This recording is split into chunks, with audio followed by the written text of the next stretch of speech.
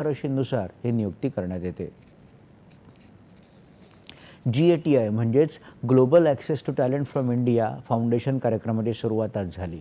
परराष्ट्र मंत्री एस जयशंकर या कार्यक्रमाला प्रमुख पाहुणे म्हणून उपस्थित होते.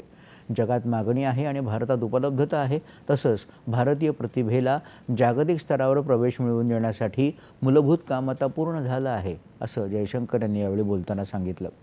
अनेक भारतीय परदेशात कार्यरत आहेत, तसंच अनेक विद्यार्थी परदेशात शिक्षण घेत आहेत, असं ते म्हणाले. अनेक देश भारतीय मनुष्यबळाला संधी उपलब्ध करून देत आहेत, असं जयशंकर यांनी सांगितलं.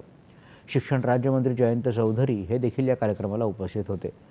जर्मनी, जपान, इटली आणि युरोपीय संघाच्या राजदूतांशी यावेळी जयशंकर चर्चा करणार आहेत.